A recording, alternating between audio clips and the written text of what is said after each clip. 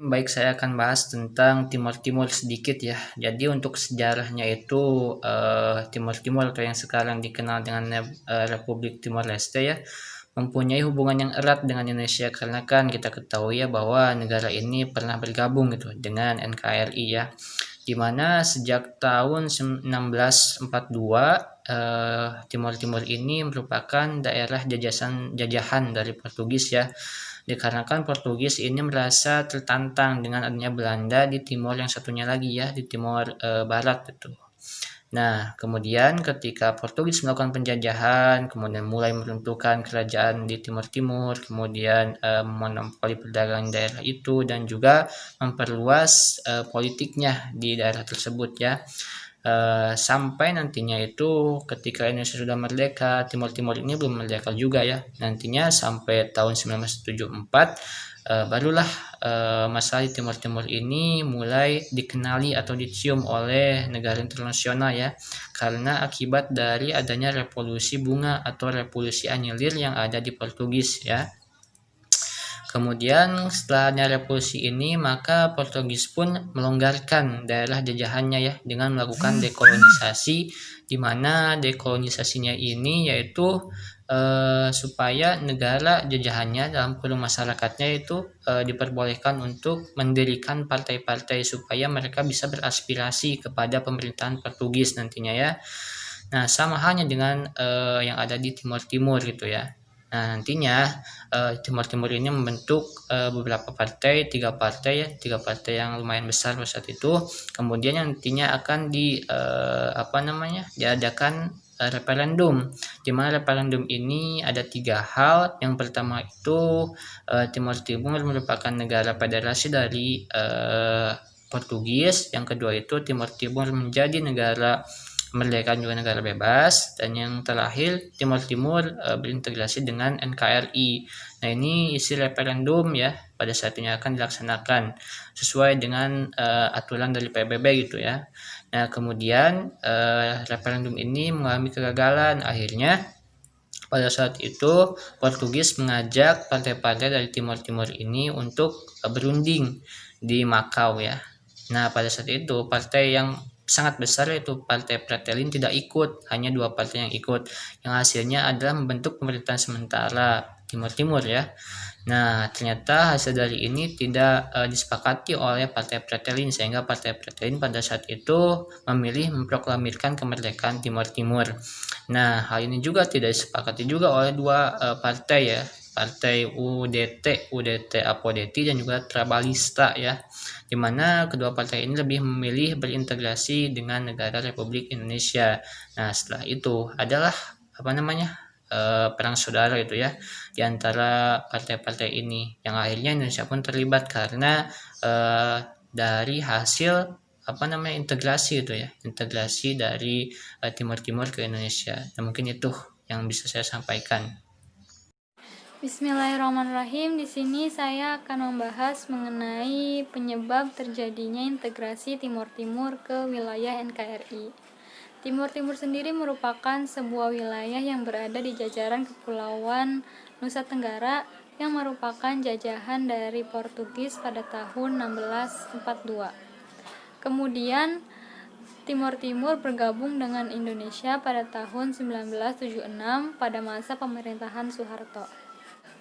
Bergabungnya Timur Timur ke wilayah NKRI secara resmi disahkan dalam sebuah undang-undang nomor 7 tahun 1976 tentang penyatuan ke dalam Negara Kesatuan Republik Indonesia dan pembentukan provinsi daerah tingkat 1 Timur Timur. Proses integrasi Timur Timur ke wilayah NKRI ini berlangsung dengan tidak singkat. Dimulai pada tahun 1974, Timur Timur mengalami masalah dikarenakan dari adanya revolusi bunga yang terjadi di Lisabon, Portugal. Adapun penyebab dari integrasi Timur Timur ke wilayah NKRI adalah sebagai berikut. Yang pertama yaitu terjadinya revolusi bunga di Portugal. Pada tahun 1642, Portugis mulai melakukan kolonialisasi di Timur Timur. Kekuasaan Portugis di Timur Timur ini berlangsung cukup lama hingga pada tahun 1974. Tentunya kekuasaan Portugis di Timur Timur ini disebabkan karena terjadinya revolusi bunga yang terjadi di Lisabon, Portugal. Revolusi bunga ini dipelopori oleh perwira muda yang tergabung dalam Movimento des Forças Armadas atau MFA atau Gerakan Angkatan Bersenjata. Gerakan tersebut dipimpin oleh Mayor Antonio Spinola yang menyebabkan jatuhnya kekuasaan sebelumnya, yaitu kekuasaan dari Salazar. Kemudian Spinola diangkat menjadi presiden oleh MFA dengan dua programnya, yaitu gagasan tentang demokrasi dan dekolonialisasi. Terjadinya perubahan politik di Portugal ini juga memberi dampak terhadap negara-negara jajahannya. Adanya gagasan mengenai dekolonialisasi ini memberi peluang besar kepada negara-negara jajahan untuk merebut kemerdekaan, tidak terkecuali dengan Timor Timur. Setelah terjadinya revolusi bunga di Portugal, pemerintah Portugis mengumumkan bahwa Timor Timur diberikan hak untuk menentukan nasibnya sendiri. Hak tersebut diberikan melalui proses dekolonialisasi yang dilaksanakan oleh pemerintahan Portugis yang baru. Penyebab dari terjadinya integrasi Timor Timur ke wilayah NKRI yang kedua yaitu munculnya partai-partai politik.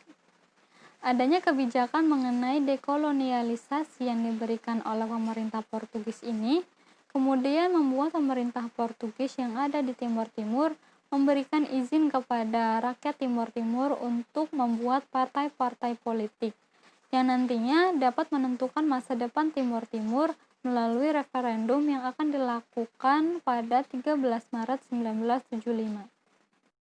Kebijakan Portugis ini disambut baik oleh rakyat dari Timor Timur, yaitu dengan membentuk partai-partai politik dengan ideologi yang berbeda-beda.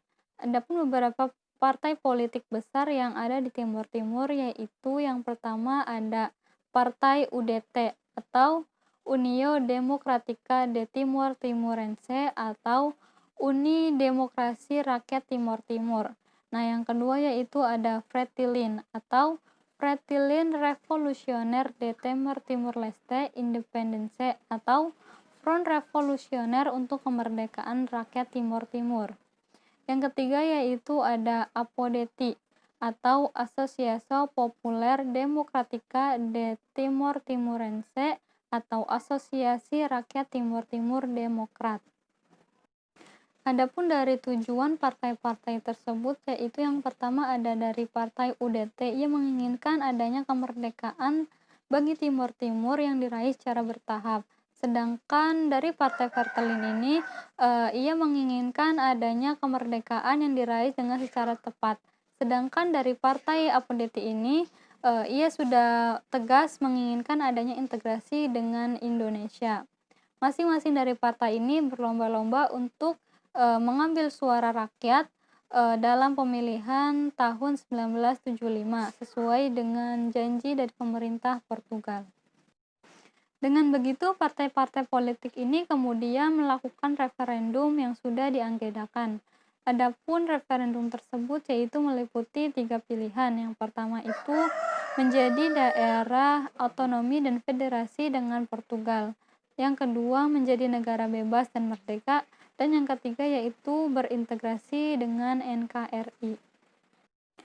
Akan tetapi rencana referendum yang sudah diagendakan tersebut gagal. Untuk gantinya pemerintah Portugis mengajak dari partai-partai politik tersebut untuk melakukan perundingan di Makau. Akan tetapi Partai Fretilin tidak hadir. Walau begitu, perundingan tetap dilaksanakan dan tetap berlangsung. Dan semua sepakat untuk mendirikan pemerintahan sementara Timor Timur hingga sampai kemerdekaannya. Pada tanggal 28 November 1975, Partai Fretilin ini memproklamasikan kemerdekaan Timor Timur sebagai wujud ketidaksetujuan atas hasil perundingan yang diadakan di Makau. Tindakan Partai Partelin ini kemudian dibalas oleh Partai UDT, Partai Apodeti, Partai Kota, dan Partai Trabalhista keesokan harinya. Mereka memproklamasikan bahwa Timor Timur ini merupakan bagian dari Republik Indonesia, yang dikenal juga dengan Deklarasi Balibo. Kedua proklamasi tersebut kemudian membuat terjadinya perang saudara yang terjadi di Timor Timur, yang memaksa pemerintah Indonesia untuk ikut campur tangan dalam menyelesaikan masalah tersebut. Selanjutnya, peran Indonesia dalam perang saudara di Timor Timur akan dijelaskan oleh Iman Wardiman. Bismillahirrahmanirrahim. Di sini saya akan menyampaikan materi yang kedua, yaitu tentang peran Indonesia dalam perang saudara di Timur Timur. Berbagai upaya telah dilakukan untuk mencegah atau mengatasi apa yang terjadi di Timur Timur. Tetapi hal-hal yang dilakukan oleh berbagai negara atau kota-kota politik ini tidak membuahkan hasil. Puncaknya ketika kudeta yang dilakukan oleh UDT ini menjadikan di Timur Timur ini menjadi perang saudara. Untuk mengatasi hal tersebut, maka Indonesia ini melakukan operasi intelijen atau melakukan berbagai operasi. Yang pertama adalah operasi intelijen, yang kedua adalah operasi militer. Yang pertama itu operasi Komodo. Setelah revolusi bunga pecah di Portugal, terbentuklah berbagai partai di Timur Timur. Hal ini memberi peluang untuk Indonesia untuk masuk ke dalam wilayah tersebut. Ali Murtopo yang pada saat itu adalah Ketua BIN menggelar operasi intelijen dengan nama sandi, itu operasi Komodo. Para agen ini tak lagi sekedar mengumpulkan informasi, tapi juga menyiapkan Timur Timur agar bisa bergabung dengan Indonesia melalui jejak pendapat damai. Jadi tujuan dari operasi Komodo ini untuk mengamankan daerah yang dianggap rawan dan mengamankan keamanan nasional. Hal ini juga untuk mempersiapkan hal-hal yang perlu dilakukan agar Timor Leste ini bisa berintegrasi dengan Indonesia. Tapi menurut Majen Benny Murdani yang pada saat itu bertugas pada operasi Komodo dan Panggoyan, bahwasanya operasi Panggoyan dan Komodo ini tidak membuahkan hasil yang maksimal, sehingga perlunya operasi-operasi militer dilakukan. Karena hal tersebut, maka dilaksanakanlah operasi Seroja. Kedua adalah operasi Seroja. Menanggapi situasi kekosongan pemerintah di Timur Timur, Partai UDT ini memutuskan untuk bergabung bersama dengan Apodeti, Trabalis, dan Kota, dan meminta bantuan pada pemerintah Indonesia untuk melawan Partai Partelin yang sudah menguasai sebagian Timur Timur Indonesia.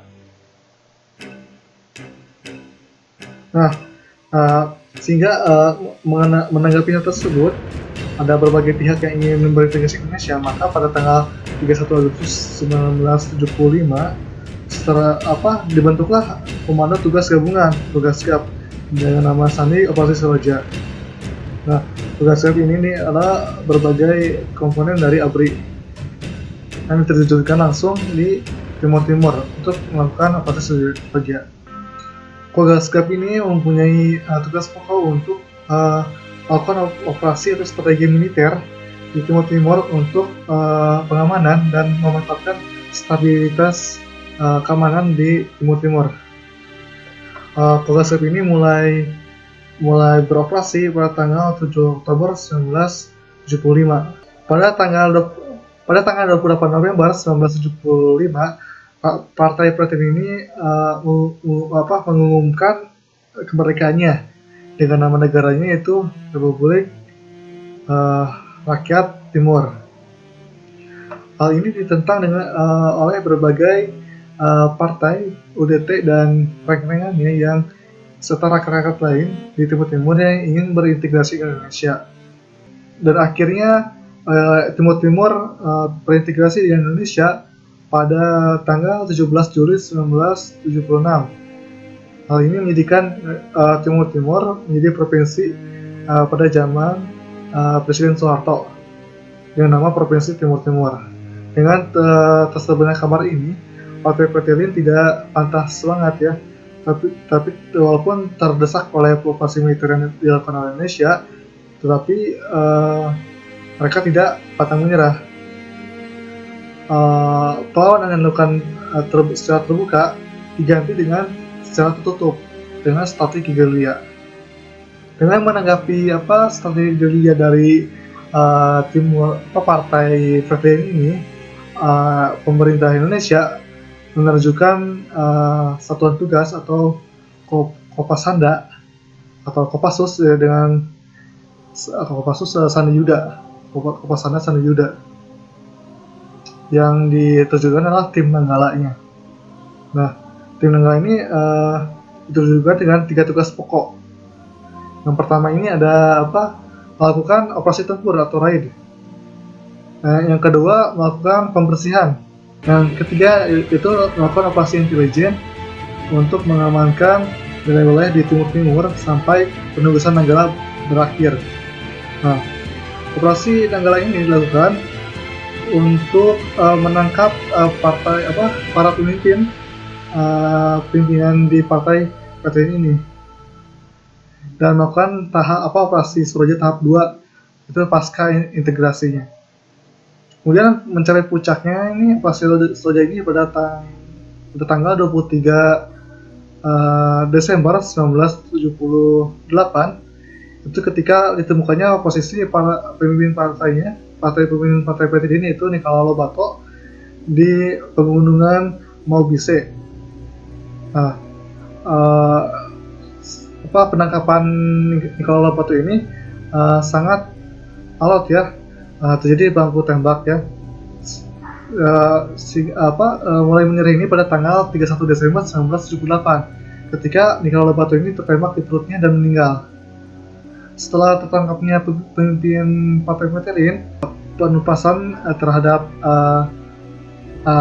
bahan-bahannya ini sangat mudah dilakukan dan berakhir, sehingga dimulailah likuidasi Suroja ini, likuidasi Suroja dengan tujuan untuk menormalisasi dan menstabilisasi keamanan nasional dan menormalisasi pemerintahan di Timur-Timur dengan yang dilakukan secara secepat mungkin dan melakukan pembubaran Kogasgab Suroja.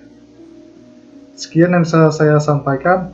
Lanjut dengan yang ketiga ya, dengan materi yang ketiga. Assalamualaikum warahmatullahi wabarakatuh.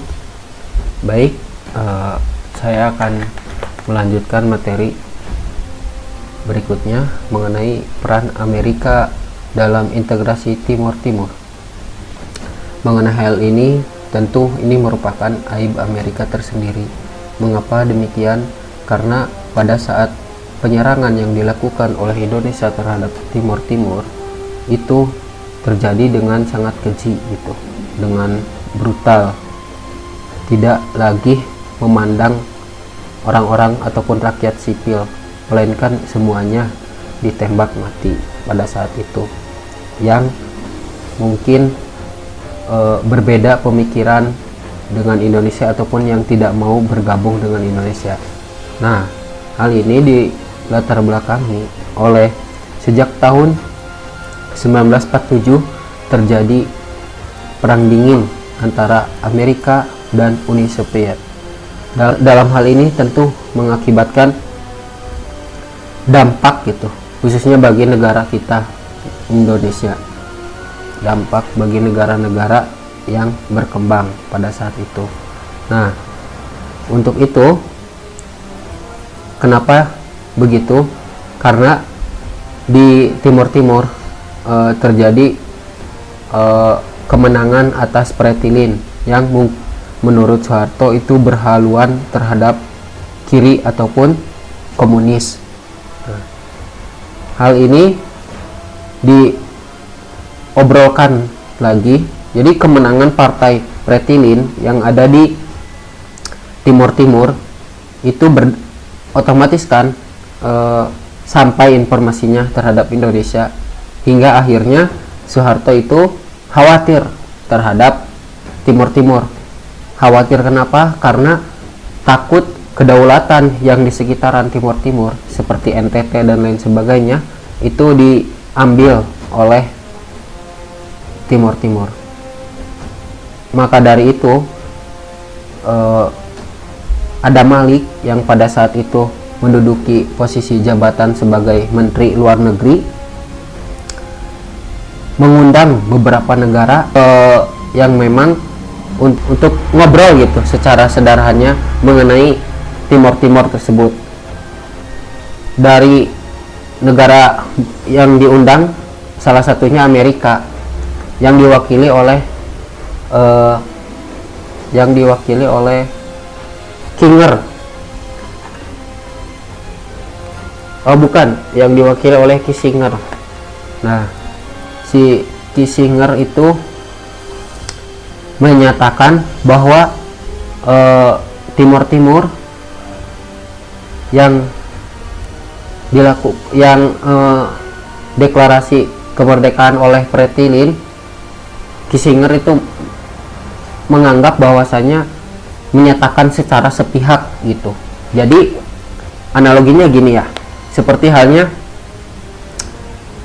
seseorang itu mengakui diri sendiri gitu, tidak atas dasar didengar oleh negara lainnya gitu, seperti itu.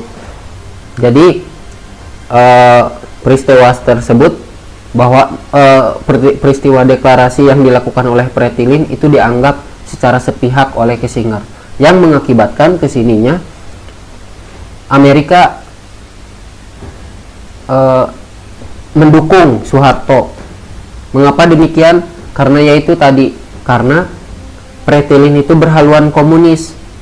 Jadi Amerika ini takut menyebar luasnya paham komunis, hingga akhirnya melalui Soeharto, yang Soeharto juga sama memanfaatkan Amerika untuk memodalinya atau menyuplai dana perang gitu terhadap peperangan yang dilakukan pemerintah Indonesia di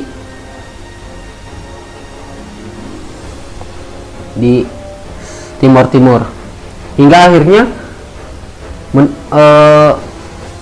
Amerika Serikat terbukti dari beberapa sumber termasuk Tribun News ataupun Tempo dan lain sebagainya, Amerika itu menyuplai pesawat C-47 dan C-130 yang nantinya dipakai di dalam perang Timur Timur ataupun penyerangan yang dilakukan oleh Indonesia, seperti terbukti dalam peristiwanya, yaitu penyerangan di kota Dili. Itu ABRI turun dari pesawat, itu dilatih oleh Amerika. Nah, jadi Amerika itu berperan dari penyuplai senjata seperti halnya tadi pesawat, dan melatih tentara Indonesia, hingga akhirnya dari catatan dokumen-dokumen seperti CAVR, komisi tersebut mengungkapkan bahwasannya Amerika juga harus bertanggung jawab terhadap penyerangan yang dilakukan Indonesia terhadap Timur Timur. Nah, hal itu berdampak kepada peperangan Indonesia yang pada saat itu menang gitu,